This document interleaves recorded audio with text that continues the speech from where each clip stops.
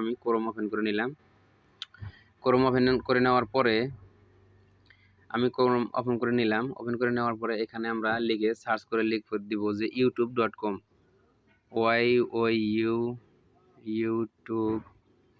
youtube.com, youtube.com লিখে এটা কিন্তু আমরা সার্চ করে দিলাম।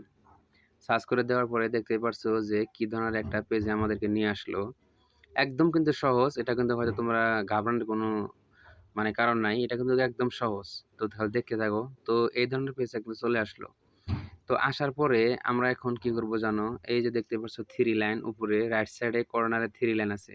এই থ্রি লাইনের মধ্যে আমরা চেক করে দেখব যে এরকম ট্যাপ করে দেখব যে আমাদের এই যে দেখতে ডেস্কটপ সাইট, ডেস্কটপ সাইটটা, এই সাইটটায় আমাদের এই যে টিক মার্কটা এরকম লাগানি আছে না, কি কয় টিক মার্কটা লাগানি আছে না নাই, এই যে